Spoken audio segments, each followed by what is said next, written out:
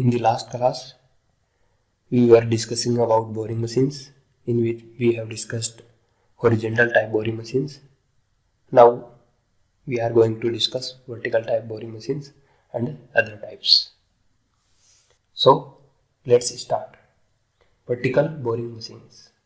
In vertical boring machine, work rotates about vertical axis and work is supported on a horizontal table.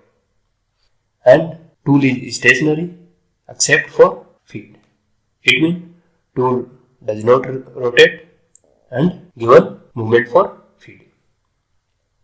Vertical boring machines look similar to vertical lathe, but it is having special construction and operational feature. हम second year में पढ़ चुके हैं कि vertical lathe में spindle vertical axis के about rotate करती है और इस पर लगी चक पर वर्क को क्लैंप किया जाता है, यानी वर्क ओवरहैंगिंग पोजीशन में रहता है। पर वर्टिकल बोरिंग में वर्क को वर्टिकल एक्सिस के अबाउट रोटेट करने वाली टेबल पर लगाया जाता है। तो वर्टिकल बोरिंग मशीन के कुछ विशेष डिजाइन फीचर्स हैं जो इसे लेथ से इतर कुछ डिस्टिंक्ट एडवांटेज प्रोवाइड करते हैं, जैसे large dia and heavy workpiece को कन्वीनियंटली एंड क्विकली क्लैंप किया जा सकता है। बड़े जॉब्स को टेबल पर ले डाउन करके रखना आसान होता है। इसमें ओवरहैंग नहीं होता, इससे स्पिंडल की बेंडिंग के चांसेस भी वर्टिकल बोरिंग मशीन में खत्म हो जाते हैं। क्योंकि इसमें टेबल हॉरिजॉन्टल प्लेन में है तो हैवी पार्ट्स को भी आसानी से सपोर्ट कर रोटेट करवाया जा सकता है। Vertical boring machines are used for holding and machining the large and heavy workpieces with large diameter. Usually the work diameter is greater than the length. The work which is to be bored on vertical boring machine is having diameter greater than its length. For example, large gear blanks, locomotives, rolling stock tires, steam and water turbine castings, flywheels, etc. And the size of work which can be held or machined on this machine is limited by its table size. Depending on their construction, vertical boring machines are of two types. First one is vertical turret lathe and second one is standard vertical boring machine. Now let's discuss vertical turret lathe. जो vertical boring machines smaller size की होती हैं उन्हें vertical turret lathe कहा जाता है। Vertical turret lathe में एक इंडेक्सेबल टरेट होता है जिस पर मल्टीपल टूल माउंट किए जा सकते हैं। इसके कारण इस मशीन पर ढेर सारे ऑपरेशन जैसे फेसिंग, टर्निंग, अंडरकटिंग एक के बाद एक किए जा सकते हैं। इससे टूल सेटिंग टाइम में बचत भी होती है। हम टरेट लेथ के बारे में आगे आने वाले चैप्टर सेमी ऑटोमेटिक लेथ्स में इनके बारे में अधिक जानकारी के साथ पढ़ेंगे। वर्टिकल बोरिंग मशीन के टाइप वर्टिकल टरेट लेथ के अगर कंस्ट्रक्शन को देखें तो इसमें एक बेड होता है, ये बेड है, और बेस। इस बेड पर एक टेबल लगी रहती है जो रोटरी मोशन करती है। टेबल के साइड में ये हाउसिंग बनी होती है और इस हाउसिंग के जो फ्रंट पोर्शन है इस पर एक्यूरेटली मशीन गाइडवेज बने होते हैं। इन गाइडवेज पर क्रॉस रेल लगी रहती है। This is cross rail. Cross rail को वर्टिकल एडजस्टमेंट की सहायता से अप एंड डाउन किया जा सकता है। इस क्रॉस रेल पर सेडल लगा होता है। This is saddle.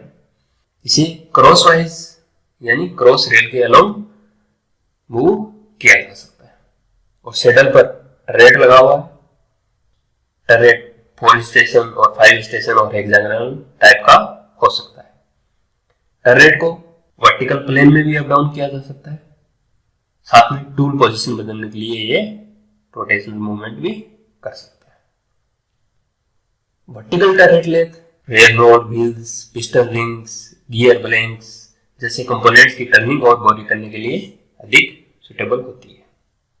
अगर एग्जाम की दृष्टि से हम इसके ब्लॉक डायग्राम को देखें तो हम देखेंगे एक बेस है या बेड है जिसके ऊपर टेबल बनी हुई है, ये टेबल रोटरी मोशन कर सकती है और इस टेबल की साइड में एक हाउसिंग बनी हुई है और हाउसिंग के फ्रंट फेस पर गाइडवेज बने होते हैं। इन गाइडवेज में क्रॉस रेल मूव करती है। ये और ये गाइडवेज है, इनके ऊपर क्रॉस रेल लगी हुई है। क्रॉस रेल गाइडवेज पर अप एंड डाउन मूवमेंट कर सकती है। क्रॉस रेल पर सैडल लगा हुआ है जो क्रॉस रेल पर लेफ्ट राइट डायरेक्शन में या क्रॉस वाइज डायरेक्शन में मोशन कर सकता है। इस सैडल पर टर्रेट लगा हुआ है। टर्रेट को अप एंड डाउन किया जा सकता है और इस टर्रेट को टूल की पोजीशन बदलने के लिए रोटेशनल मूवमेंट भी दी जा सकती है। हमने देखा कि वर्टिकल बोरिंग मशीन के टाइप वर्टिकल टर्रेट लेथ में टर्रेट होता है जो सेवरल कटिंग टूल्स को अकोमोडेट कर सकता है। इसके कारण vertical turret lathe type boring machine और वर्टिकल टर्रेट लेथ में अंतर कर पाना मुश्किल होता है। इसके लिए कुछ मशीन टूल मैन्युफैक्चरर्स डिस्टिंक्शन करते हैं कि vertical turret lathe 2.5 metre work diameter के लिए ही यूज की जा सकती है। वहीं vertical turret lathe type vertical boring machine को लार्ज डायमीटर के लिए भी यूज किया जा सकता है। वर्टिकल बोरिंग मशीन का दूसरा टाइप है standard vertical boring machine. Standard vertical boring machine vertical turret lathe से बड़ी साइज की होती हैं और इनमें कोई टर्रेट हेड नहीं होता है। यहां वर्टिकल हेड्स लगे होते हैं। कई मशीनों में 2 वर्टिकल हेड्स हो सकते हैं, कई मशीनों में 1 वर्टिकल हेड भी हो सकता है। जैसे इस पिक्चर में हम देख रहे हैं, ये single head type standard vertical boring machine है, यानी इसमें सिर्फ एक ही हेड टूल हेड लगा हुआ है। साथ में जैसे हमने देखा multiple head type horizontal boring machine की तरह साइड टूल हेड्स भी लगे हो सकते हैं, जिससे कि वर्क के आउटसाइड डायमीटर की टर्निंग भी की जा सके। जैसे इस जो ब्लॉक डायग्राम में दिखाया हुआ है, यहां स्लाइड टूल भी लगाया गया है। चलिए अब इस मशीन के कंपोनेंट्स की चर्चा करते हैं। ये बेड है और बेस, इसके ऊपर रोटरी टेबल लगी होती है। टेबल के ऊपर T स्लॉट्स कटे होते हैं जिनके सहायता से वर्कपीस को क्लैंप किया जा सकता है। इसकी साइड में हाउसिंग बनी हुई होती है और हाउसिंग के फ्रंट पार्ट पर गाइडवेज बने हुए। इन गाइडवेज पे क्रॉस रेल लगी होती है और क्रॉस रेल पर टूल हेड असेंबली लगी होती है। टूल हेड असेंबली में saddle, frame and tool post आते हैं, यानी क्रॉस रेल पर saddle, frame and tool post लगे होते हैं। क्रॉस रेल को अप डाउन किया जा सकता है, सैडल को क्रॉस वाइज डायरेक्शन में मूव किया जा सकता है और रेम को वर्टिकल डायरेक्शन में अप एंड डाउन मूव किया जा सकता है। साथ में इस रेम को स्विवेल भी किया जा सकता है, यानी रेम को जो वर्टिकल एक्सिस है इससे के दोनों तरफ 60 डिग्री एंगल पर इंक्लाइन किया जा सकता है। ये इंक्लिनेशन टेपर होल्स को बोर करने में काम में आते हैं। अगर एग्जाम की दृष्टि से हम इसके ब्लॉक डायग्राम को देखें तो हम पाएंगे इसमें एक बेड लगा हुआ है। बेड के ऊपर रोटेटिंग टाइप टेबल लगी हुई है जिसके ऊपर वर्कपीस को क्लैंप किया गया। बेड की साइड में ये हाउसिंग बनी हुई है। हाउसिंग के ऊपर ये गाइडवेज बने हैं। इन गाइडवेज पर cross rail up and down movement करती है। क्रॉस रेल के ऊपर यहां जिसे रेल हेड कहा गया है ये सैडल है और सैडल के ऊपर जिसे यहाँ वर्टिकल स्लाइड कहा गया है ये रेम है और रेम के ऊपर टूल पोस्ट लगा रहता है। साथ ही हमने देखा जैसे कई में साइड टूल हेड भी लगे हो सकते हैं, तो यहाँ साइड टूल हेड भी दिखाया गया। ये मशीन्स लार्ज सिलेंड्रिकल सिमेट्रिकल वर्कपीसेस को बोरिंग करने के लिए पर्टिकुलरली काम में ली जाती है।